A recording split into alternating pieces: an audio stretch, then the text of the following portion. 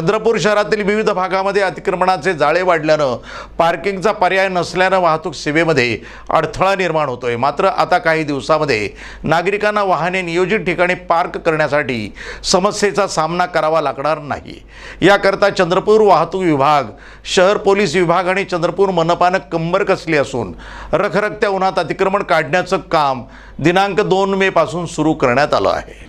चंद्रपूर वाहतूक विभाग, शहर पोलीस विभाग आणि चंद्रपूर मनपानं कंबर कसली असून रखरखत्या उन्हात अतिक्रमण काढण्याचं काम 2 मे पासून सुरू करण्यात आलं आहे। चंद्रपूर वाहतूक विभागाचे पोलीस निरीक्षक प्रवीण पाटील आणि पोलीस उपनिरीक्षक सुधीर जाधव यांच्या नेतृत्वामध्ये मुख्य महामार्गावरील डॉक्टर बाबासाहेब आंबेडकर पुतळा ते बिनबा गेट या मार्गावरील अतिक्रमण हटाव मोहीम राबवण्यात आली। यावेळी पोलीस निरीक्षक पाटील म्हणाले की शहरामध्ये वाहने पार्क करण्यासाठी नागरिकांना अतिक्रमणामुळे अडथळा निर्माण होतोय। त्याकरता शहरामध्ये ज्या ठिकाणी अतिक्रमणानं विळखा घातला आहे त्या ठिकाणी अतिक्रमण हटवण्याची मोहीम ही सुरू करण्यात आली आहे। नगरपालिका, शहर पोलीस स्टेशन आणि ट्रॅफिक विभाग यांच्या संयुक्त विद्यमाने आम्ही एक आराखडा तयार केला आहे पुढील 15 दिवसाचा। तर त्याची सुरुवात आजपासून आम्ही केलेली आहे।